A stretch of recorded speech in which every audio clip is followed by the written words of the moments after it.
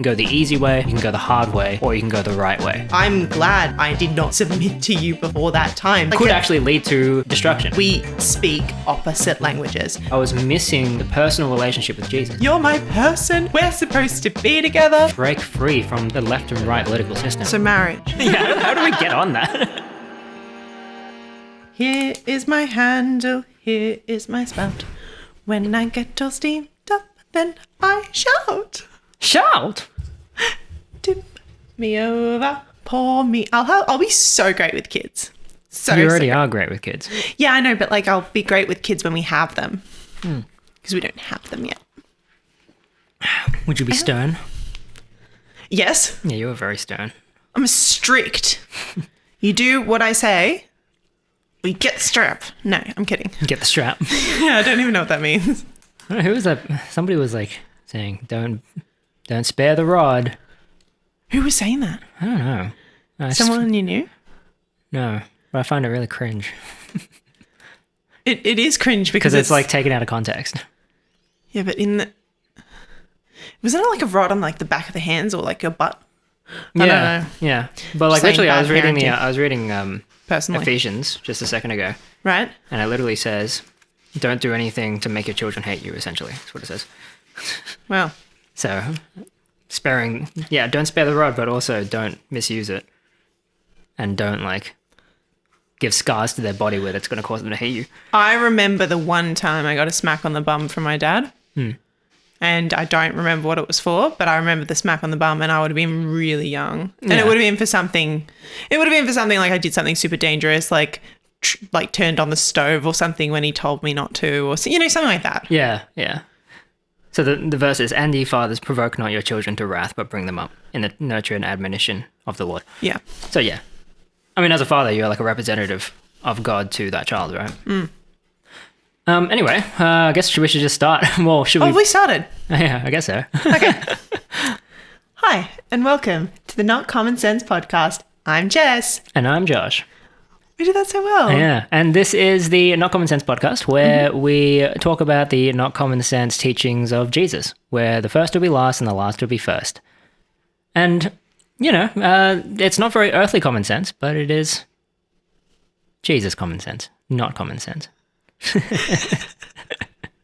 And this is kind of a ongoing journey of, walking through with Christ through our marriage and as individuals, and we will just honestly explore it. Yeah. Yeah. Love it. I said that really weird, but we'll keep that in. Okay. Let us begin. There's going to be a jump cut here because we forgot to pray. So we're back. We're back. Okay, I guess we'll start off. This is our third episode. Was there anything you wanted to add from the previous episode? Not really. No. No. Felt pretty strong about it. Felt strong about our choices. Even with leaving the part in that typically you would leave out. It just felt like the right thing to do, and to be honest and authentic, and just pray through it and take your lead. It's feeling good. Okay, cool. And I don't know, I think today I really wanted to talk about what felt like I was getting prompted to talk about was a bit about marriage, a bit about marriage, and that's multifaceted. There's a lot of things in marriage, but I guess the question would be, what is a biblical marriage? Oh, I'm excited. Yeah. Oh, I don't know. What does it mean to have a biblical marriage? Manage? Yes. What does it mean? I mean, you got to manage a marriage, right? What does it mean to have a biblical marriage? A lot of people, we can cross off the list of all the things that are wrong, which is only focusing on the wife having to submit, or, the husband's, having to lead and be the forefront and blah, blah, blah. But what is, in your view, an actual biblical marriage that's actually tends to be a lot more balanced, but also requires the husband to have a bit of a heavy burden? Right. Yeah. Okay. And I guess, what does that look like in our marriage? Well, I think starting off with marriage, as a biblical principle, is between a man and a woman.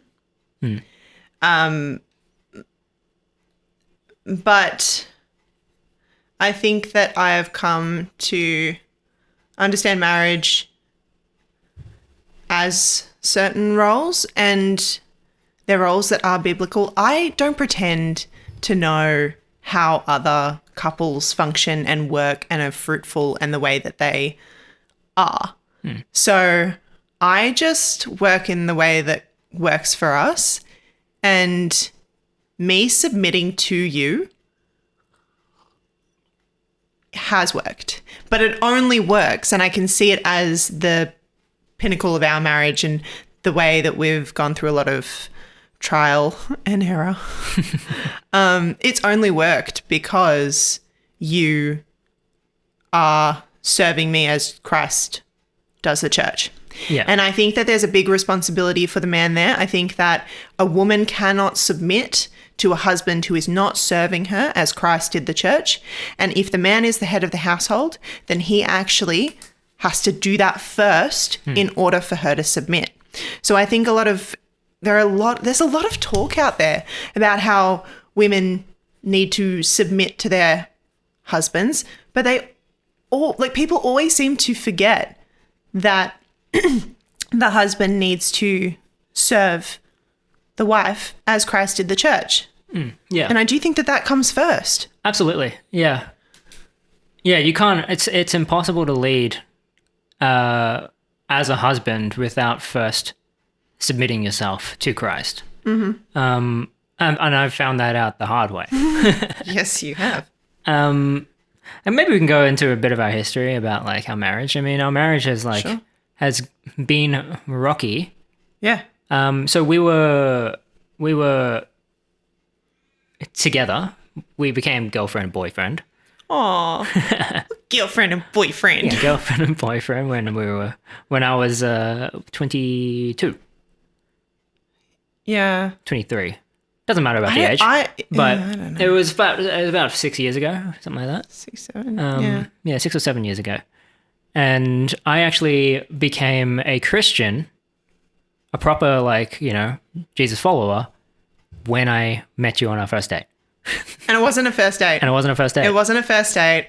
You thought it was a date. I thought it was just networking. And you had tried to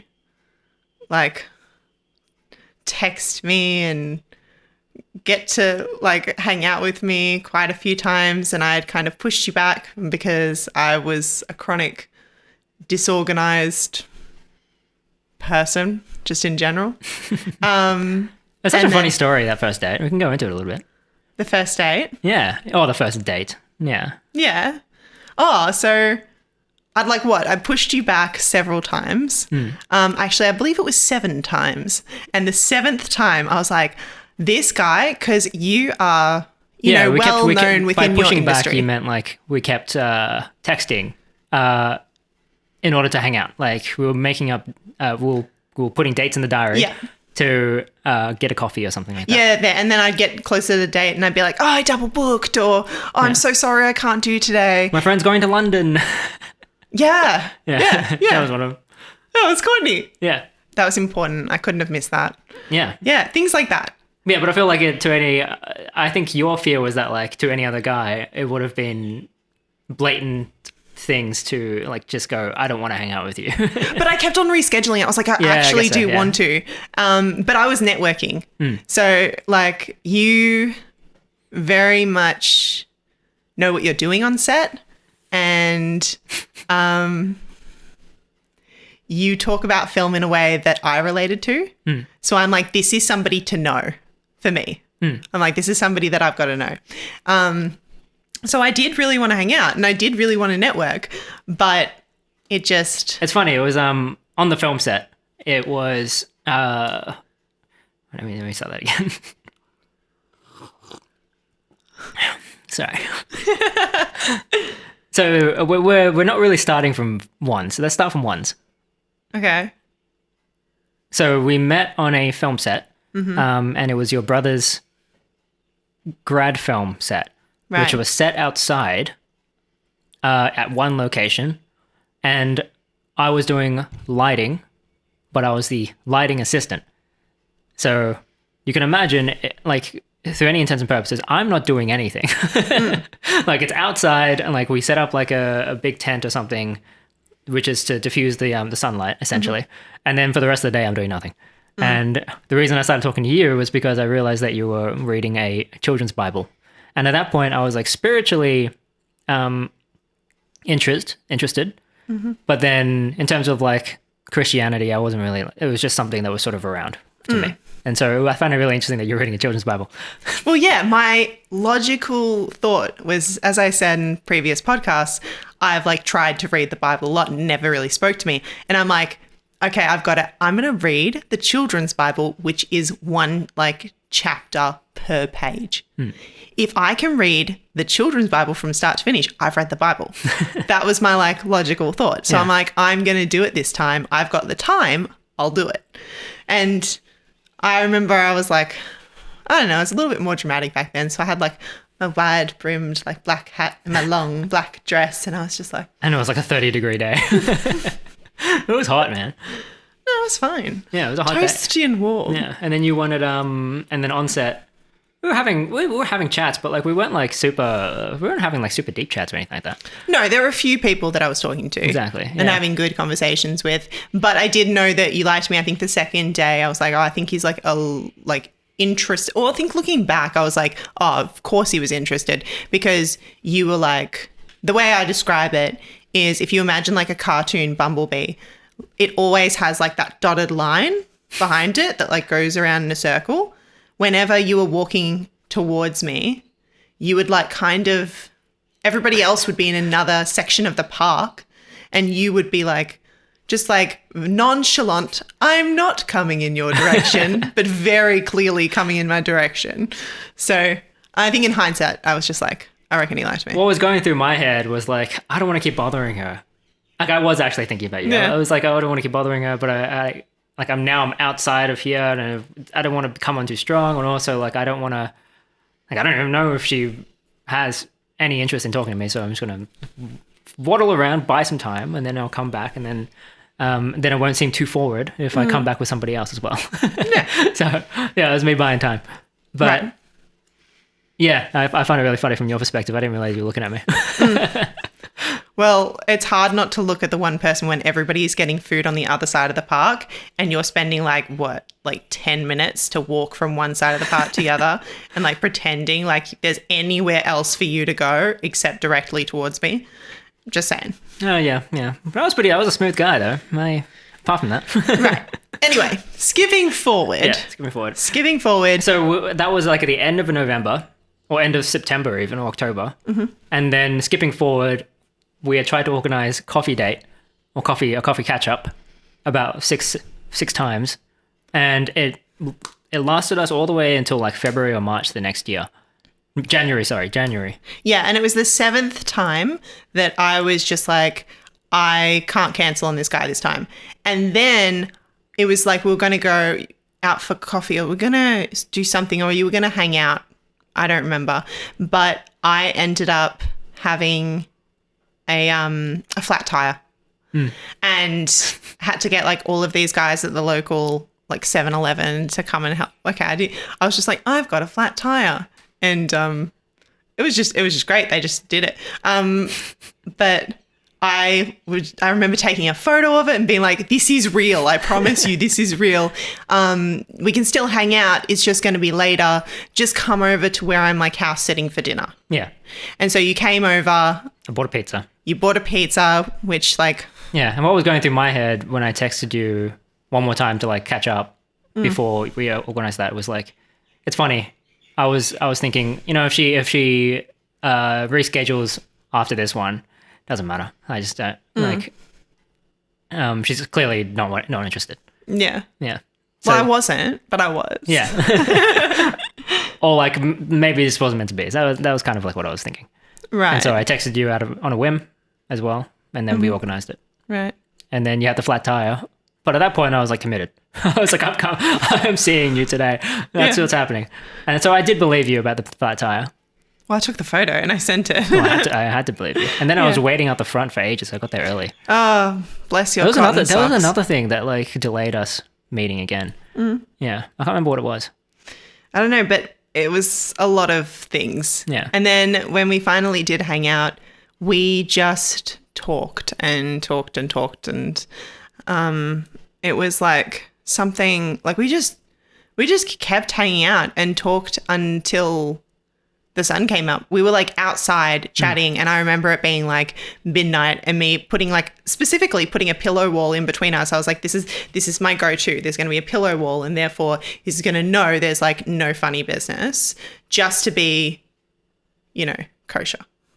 And you had like a prophetic word over me, which I kind of alluded to last week. Right. And I never remembered it. Every single time I tried to think of it in the future, it was very clearly something to go through me to you, because even the next day I couldn't remember it. Every single time we've mentioned that story, I it just like fogs out of my brain. Yeah. Like I wish I wrote it down properly, but I think it was, what really hit me was, well, first the indescribable love that God was pouring into me. And then also, because I was dabbling in all different kinds of spirituality, mostly New Age, what your word was, the word was, you can go the easy way, you can go the hard way, or you can go the right way. And that just spoke to me at that time, because I guess the easy way was just like not seeing spirituality at all, and just going through life like oblivious with the veil on. And then the hard way was, I'm thinking now, was the New Age way, where it's like still trying to do things myself, but trying to involve the spirits to do the things for me as well. And then the right way was obviously some kind of way like this, where I know God and like I'm obedient to God, and I'm not trying to use spirituality to boost my own self.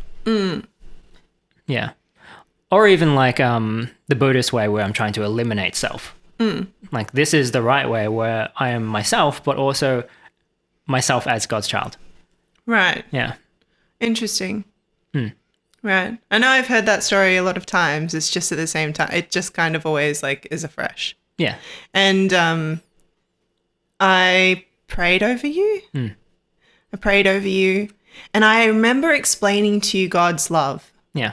And I don't remember what I said about it. I don't know if you remember. The only thing I remember was the feeling. Right. The only thing that I do remember is explaining that it was real, and being like, just saying, there is a God and he loves you so much you can't even imagine like how much he loves you. Yeah. And not like you as just a person, like you specifically.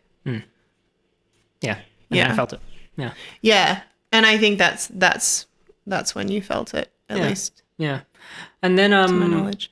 And then we we're both realizing that we had our first kiss. Oh yeah. Yeah, we kissed. But it was like a little while after that. It wasn't like immediate. Like it was a few hours, like quite a few hours after that. Yeah. We hung out like till like it was like 7 a.m. when that prayer happened. It was something ridiculous. So we just like kept staying up and talking and being together, and then we kissed. Yeah. And I was like, and then we took 2 weeks out. Yeah, well, 2 weeks off. let's get there. Yeah. We kissed, and well, by we kissed, I mean you kissed me, because like I had the pillow wall, and I metaphorically had the pillow wall everywhere I went. And as soon as you kissed me, it's like God like immediately went like, this is your person if you want him. Like it was an opportunity. It wasn't like, and to go even further back, I had been praying for my future husband for a year leading up to you. I had been dating, I'd been here and there and everywhere and done everything wrong. And I was like, God, I'm done with boys. Like boys are the worst, and I don't want to be with anybody at all unless you want me to be with someone. And so I'm like, okay, if you want me to want it, then I'll like want it. So, and I keep feeling like I'm wanting to have that person, so I'm going to pray for that person. And so, and if you don't want me to have it, then get rid of these feelings. And I kept praying for that, and I kept praying for you that you would be able to, specifically, I had a list, by the way. I wish I put a few more things on that list, by the way, but I had a list. I wanted you to be kind. I wanted to trust you. I wanted to be able to have fun with you. And I wanted you to be able to lead me spiritually. It took a while for that last one. It took a while for that last one, but it's happened now. Yeah. But, yeah, all of those things that like I asked for, I ended up getting in you. But I did have to like wait and see. Yeah, that's a longer story. We'll get to that. Yeah. Yeah. And it's so funny. You describe it to me as like all the times, the whole time that we were like texting and you kept getting pushed back and pushed back and pushed back. You were praying those things. It's like, give me this person. Yeah. And I didn't, and I did not even consider that it was you. Yeah. That's really not funny. once, no. Until you kissed me, and then God was like, oh, this is the person. And like, if you want him, here he is. And I was like, well, if you say so. And then I was like, you're my person. Which I probably told you far too early. Probably, yeah. Because I had to, again, this is the longest story, but then I had to go through a whole thing to figure out, did I actually choose you? Yeah. And I had to be very clear that I didn't want our relationship to at all influence your relationship with God. I think it is the most unhealthy thing when you don't have your own personal relationship with God, but it is like only funneled through somebody else. Yeah, and it gets really muddled. Yeah, let's actually delve into that. Okay. Because I've seen that online actually, that you should never go into a relationship with somebody that is not Christian if you're a Christian. No, that, and also like if you get converted through somebody, that relationship should stay kosher, I guess. Like, so I'm like a walking contradiction we are a walking contradiction that can work. Do you know what I mean? Like, if you bring someone to God, then like don't have a relationship with them. Yeah. like this. Like, yes. Yeah. And I was very aware of that and almost like didn't want to have... I wanted to do our relationship correctly because I knew it was going to happen. God kind of like laid it out in front of me and was just like, this is going to happen. So I was like, I think we're like going to be together, but I want us to be friends first. Like, we're not friends. And so we had a very, very strong connection. And I was like, we need to be friends first because we're never going to get that time back. And we can't just go from like not knowing each other to being in a relationship. So we immediately became friends. And we took a 2-week break. We did take 2-week break, but that was after we were friends for, I think... It wasn't that long. It was like a week. It was like a week. Yeah. but I tried really hard. We would have never gotten that time back. I liked that week. We went on dates. I don't remember that week.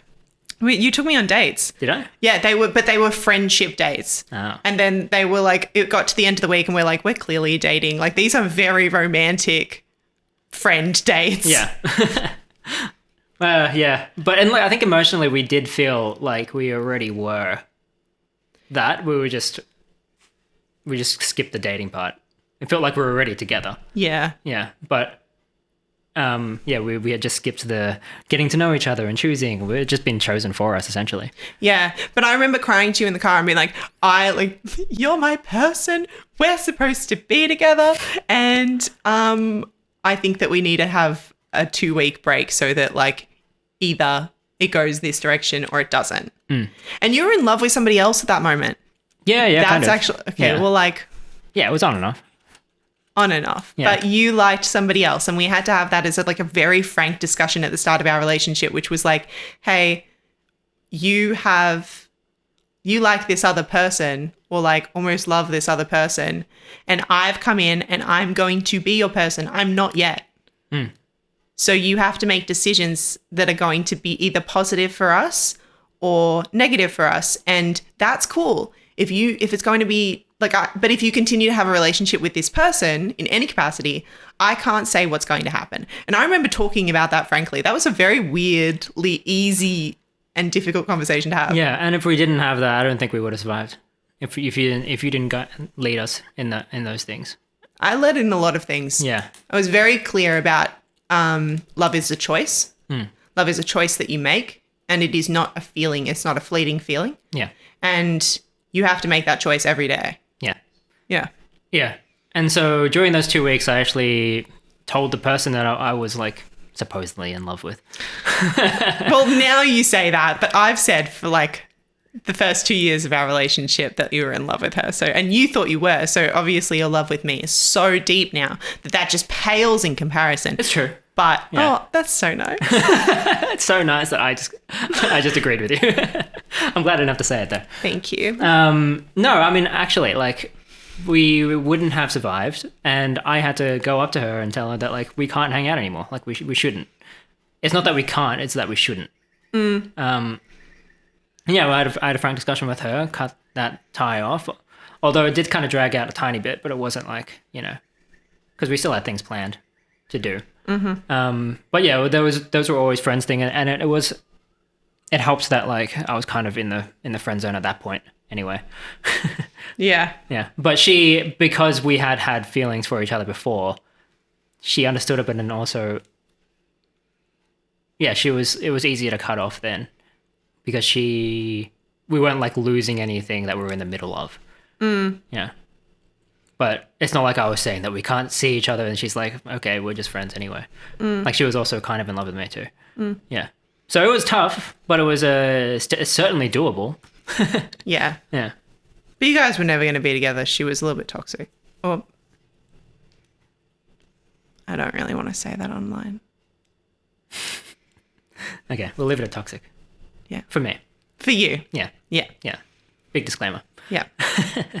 Oh, 100%. So many people can be toxic. I was so toxic for a guy that I dated when I was, let's say, teenager-ish. I don't want to like out him like we're on the internet. But the poor guy, I so wanted him to know God.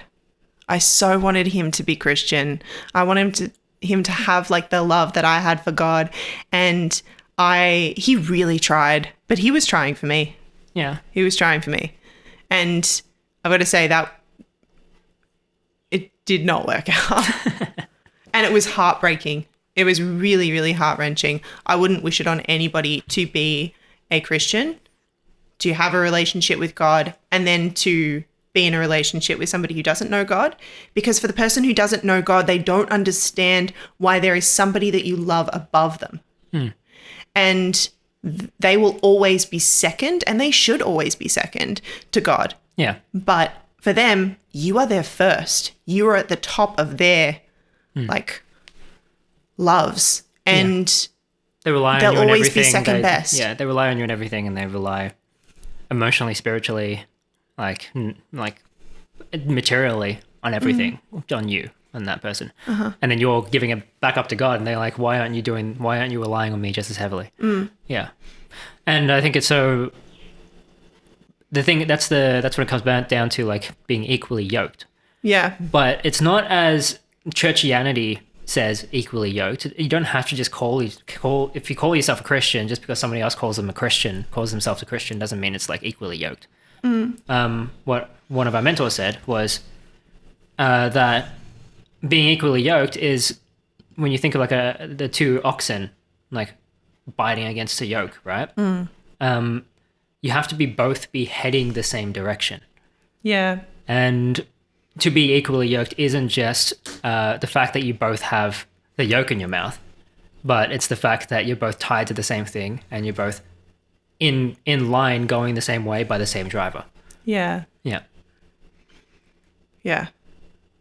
That's great. Is that a good way to put it? It's a great way to put it. Yeah. So, I mean, if you're looking for somebody, like in church or whatever, you have to look a bit beyond Christian and really pray about it, but then also figure out, do they have the same values as you as a Christian? Like, do they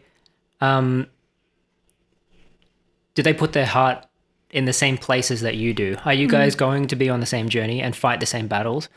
And obviously you can't really find that out, but you can have a feeling. You can go, it's more about the mentality of how do they actually approach problems, and how do they actually approach, say, politics.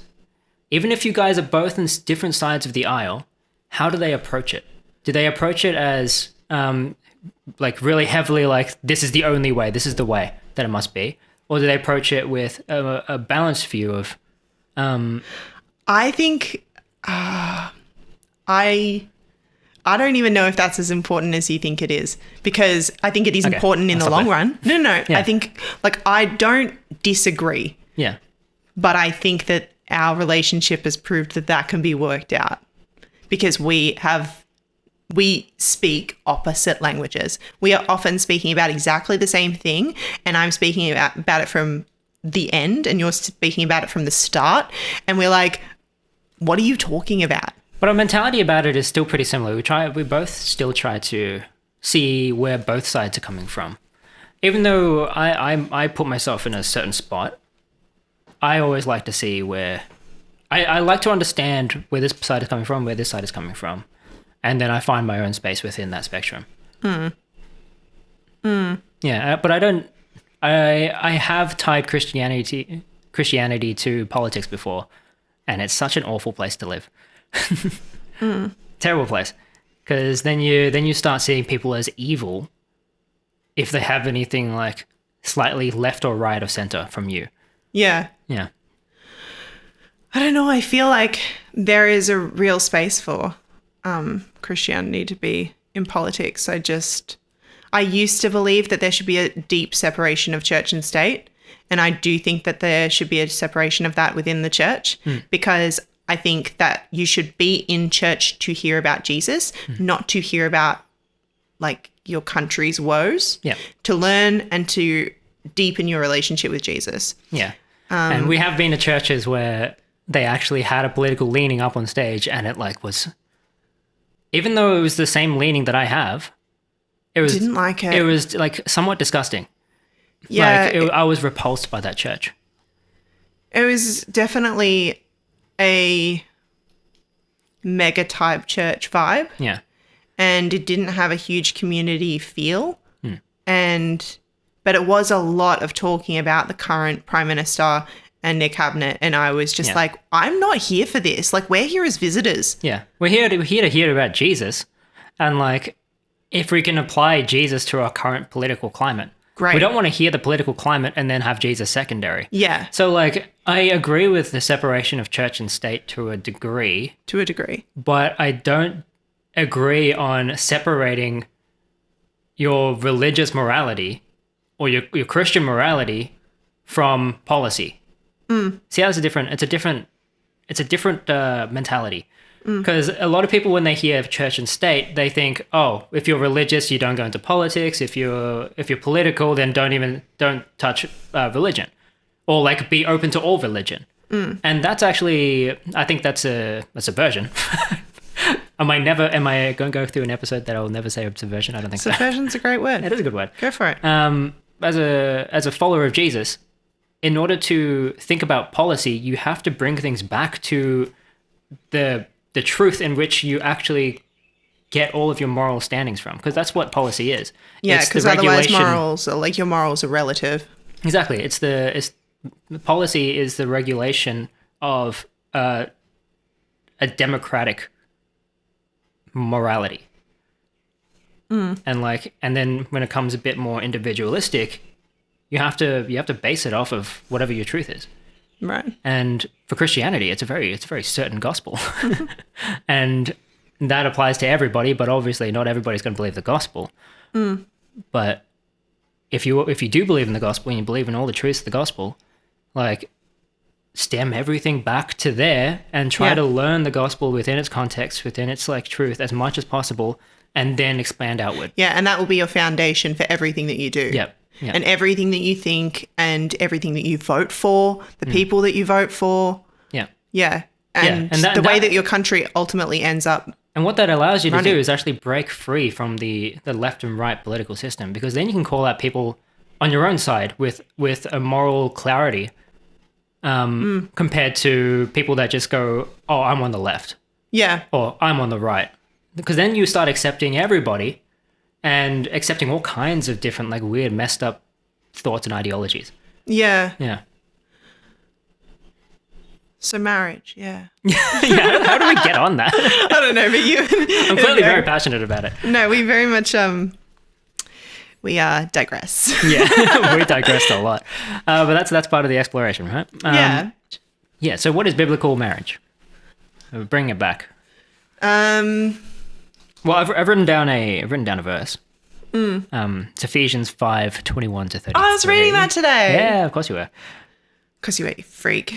Ephesians 5:21 to 33. Submitting to one another out of reverence for Christ. Wives, submit to your own husbands as to the Lord, for the husband is the head of the wife, even as Christ is the head of the church, his body, and is himself its savior. Now, as the church submits to Christ, so also wives should submit in everything to their husbands. Husbands, love your wives, as Christ loved the church and gave himself up to her, that he might sanctify her, having cleansed her by the washing of water with the word, so that he might present the church to himself in splendor, without spot or wrinkle or any such thing, that she might be holy and without blemish. In the same way, husbands should love their wives as their own bodies. He who loves his wife loves himself. For no one ever hated his own flesh, but nourishes and cherishes it, just as Christ does the church. Because we are members of his body, therefore a man shall leave his father and mother and hold fast to his wife, and the two shall become one flesh. This mystery is profound, and I am saying that it refers to Christ and the church. However, let each one of you love his wife as himself, and let the wife see that she respects her husband. So it talks about the husband more than it talks about the wife, Yeah. and that's what I get from it. And I've seen this verse come to life in real time.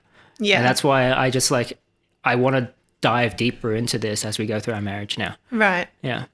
Yeah. I mean, it is fantastic. It has been quite a journey that we've been through in the past, but the changes that you have been through, I honestly feel like I could not submit to you before.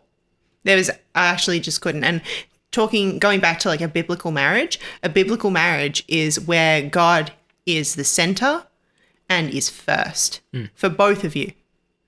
He was the first and for me for a long time.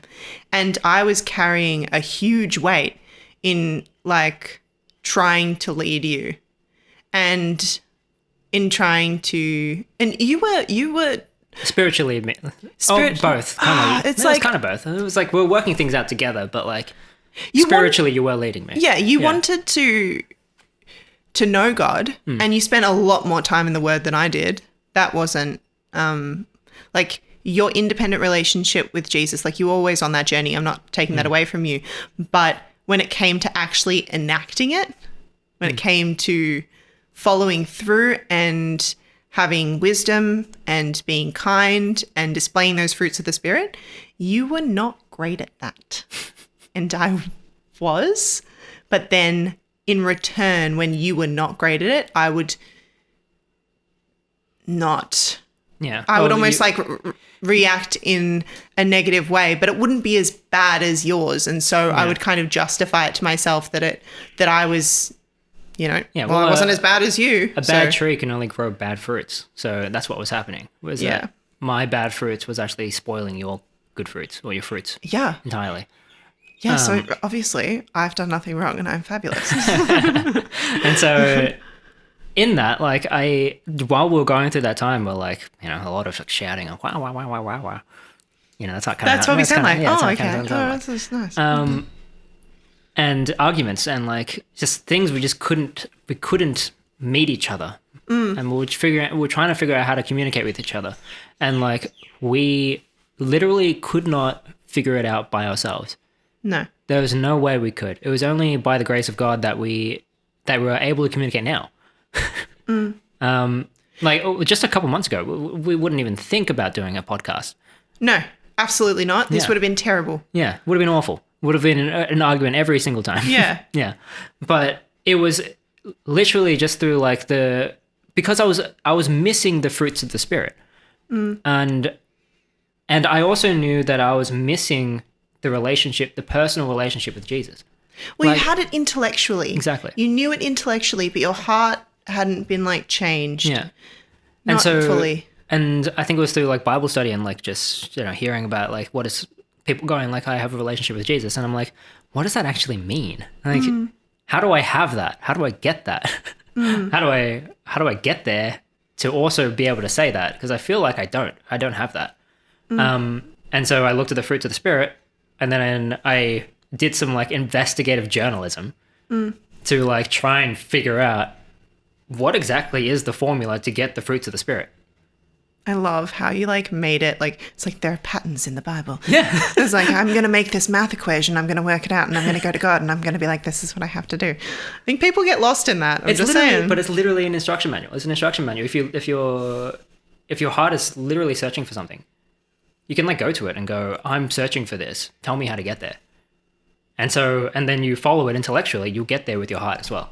And I always like to say that the most fantastical conspiracy that ever was made was the conspiracy against the king of death, which was God and Jesus was the biggest conspiracy. Because you look at the Old Testament, you join all the dots and it all points toward Jesus in the center. And then you look at the New Testament and it all points back toward Jesus. And like you can actually you can literally look like conspiracy theorists. You can look like one of those what's that Charlie from Always Sunny? Yeah. Like you look like the guy with all the red lines and everything. You can point everything back to Jesus. Every story and every single like verse points back to Jesus. It's crazy. Anyway, I digress again. Yes. I don't know. Oh yeah. I was looking for if you're seeking for it, I was looking for the fruits of the Spirit. And yeah, it was just through honestly searching for those fruits of the Spirit. I came across like Galatians. There was if you're looking for the fruits, then I think it was literally like if you're searching or like in order to create the fruits, look at what is good, noble, and holy at all times. Yeah. And I was like, okay, I'll start doing that. And then I felt the conviction and stuff of that. And then there was like the hope of like being washed and sanctified in 1 Corinthians. I think it's 1 Corinthians. It might be in Philippians. I can't remember. On the screen. It'll be on the screen. And yeah, it was just like it was like a whole like a lot of things that were hyperlinked that was like jumping out at me, that it actually was a step-by-step instruction that was being laid out for me from jumping out of the pages. Right. Because I was earnestly seeking. And that ultimately led to you changing everything. Yeah. Right. Yeah. Go and sin no more. That and then you said there is no condemnation in Jesus. That was a pivotal moment for you. Yeah. Have you ever had that? You ever had like the Bible come out as like an instruction manual for you? Yes. Yeah. Like if I'm reading it and only when I've started reading it. And now it speaks to me all the time. Like the other day I was feeling like, I don't know, when I get like this particular level of just sad, I eat a little bit too much and I like have alcohol and it's not like I'm not like a crazy drinker. I just have like, a whiskey or one cider, but it's a pattern that I no longer have. And it's a very old pattern from like past years that only pops up when I feel like I'm being a bit spiritually attacked or something's going on in my life. Like there's too much going on. It's just kind of like, oh, remember that thing that you thought helped? Maybe it'll help this time, even though it won't. And the other day, I just like was in one of those spaces because there is a lot going on in my personal life. And I like had a cider and I had 2 sips before, and then I read the Bible, and then I read the Bible. And the Bible immediately said, like, be of sober mind. Like, it was like the first thing that I read. Yeah. And I was like, okay. And then I poured it down the sink. And then as soon as I did, cider. I know. And it was just like, and I'm fine to have alcohol. It's just when I'm having it in that space, that's unhealthy. Yeah. Yeah, but it did make me think, like, when did Jesus ever drink wine? And it was always in celebration. Yeah, not in sorrow or like anything like that. Yeah. No, I think that's become one of like the rules that is just the best for my life. I really try not to drink or eat when I am in a specific kind of mood that is a triggering kind of mood. Yeah, good. When it comes to the whole like submitting and like you leading, I don't think we have it entirely figured out yet. I think that'll take us like 10 years. Yeah. But like, I think that we're on our way, and we both know our certain roles within our lifestyle that work really well for us. Yeah, I think you're right. Like we're still on this journey, and I think there's still a lot to unpack in this sort of teaching. And I think we have we can see like the sparkle in the distance, or like the sparkle like right next to us. But it's like actually picking it up and holding it. And wondering whether it's going to turn us into a skeleton or not. It's like the ark, in Indiana Jones when like they open up the ark. Yeah. Yeah, it's like that. It's like, is this sparkle is this massive treasure chest going to really, really help us and be like the best thing we've ever seen in our lives? Or is it going to turn us into scary skeletons? Okay, you've lost me. What is the massive treasure chest? The ark, in Indiana Jones. Yeah, I know what you're talking about, but like, what is this analogy? What is this like wives metaphor? and husbands, Ephesians. Right. Verse. Oh, Yeah. okay. So is this going to be amazing in us like kind of going into these typical gender roles, or is it going to be terrible? Yeah, and I think if we start thinking about it through our own worldly knowledge and logic, it can go terribly. Right. It could turn us into those skeletons. But then if we make sure that our marriage is reflective to the way God, Jesus, is with the bride, the church. If it reflects that covenant, then I don't think we can go wrong there. Right. Yeah? Yeah. It's just also taking into consideration like how we both function as humans, what our personality types are, like what things we like to do, what are the gifts that God gave us. There's that aspect of it. I think that like in you looking after us spiritually, which is, I don't know how to describe that other than the fact that you look after yourself well, and it means that I can trust when you say, hey, Jess, don't do that. Yeah. And I go, I trust you that that's the right thing. I'm going to think about that, and I'm going to like check myself. That has taken a massive load off my chest, because I used to have to do that, and plus a whole bunch of other stuff. Yeah. And now... And you weren't able to look inward. Yeah, I wasn't able to look inward. I guess what it comes down to is that like you've got God at the center, and then he is your first and foremost. And that means that for me, I can submit to you when I can recognize God in you. Yeah. Because I can recognize God. And I'm glad that I did not submit to you before that time, because honestly, you were not submit worthy. Submit worthy. Yes. It's a statement. Yeah, no, I agree though. I 100% agree. You just went, and I don't think that a woman can properly when it goes against like her soul. It goes against who she was made in the image of. Like she knows what is like right in her soul, and she's trying to be a good wife or be a good partner, and she can't properly because the partner that she's with is not serving her as Christ did the church, and is not like putting God first. Yeah. So like people will like to look at this verse out of context, but I really do think in context, even because I left verse 21 in, and verse 21 is submitting to one another out of reverence for Christ.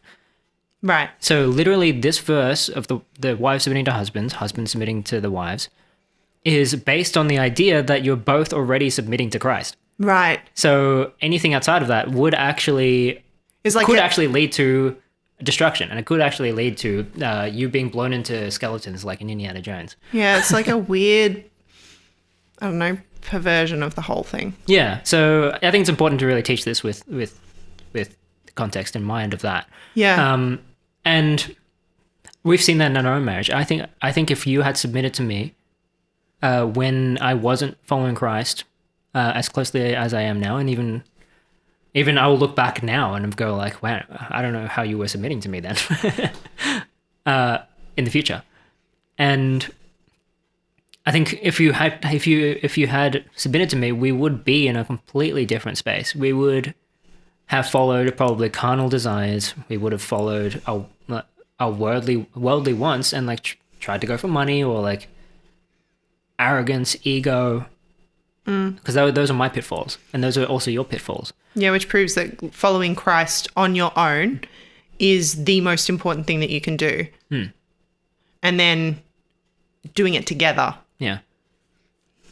All of the things that we most struggle with, we probably would have fallen into it if you had submitted to me before I was ready. I mean, we did. The things that you did affect us in certain ways. Yeah.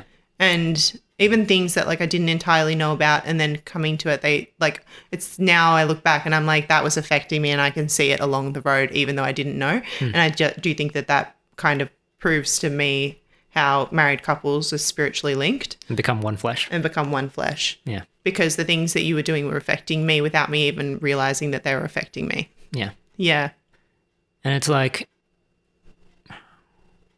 it's hard to really see it until like you actually start seeing things without the veil, through God's eyes. And I think when you're in it, it's like, how can that be true? That can't be true. And it's like having that hypersensitivity to the spirituality or the spirits. Having the highest hypersensitivity to God's Holy Spirit. Yes. That's what you need. Yeah. To be able to see that stuff, and you just got to keep working at it. And I'm still trying to work it out. I'm still trying to like feel the Holy Spirit at all times.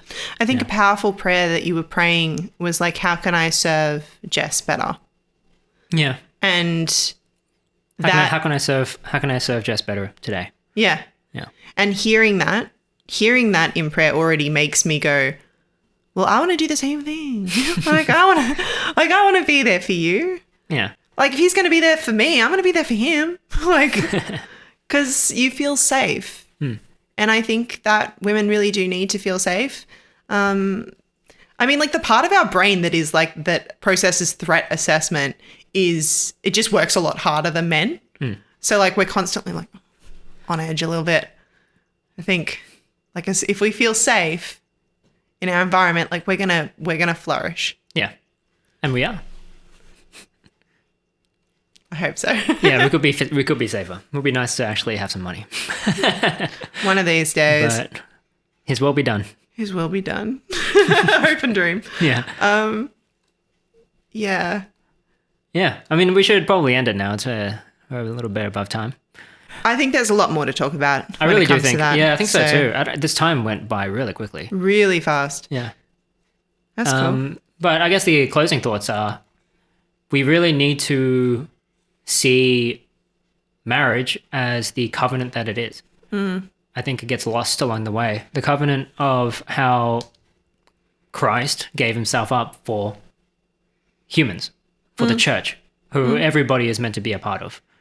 And if we can try to emulate how Christ is with us within the marriage, especially as husbands, if husbands try to emulate Christ, I don't think you can go wrong, because having a humble, lowly heart, as well as a forgiving heart, as well as a desire to lead at the same time, you can't really go wrong with that.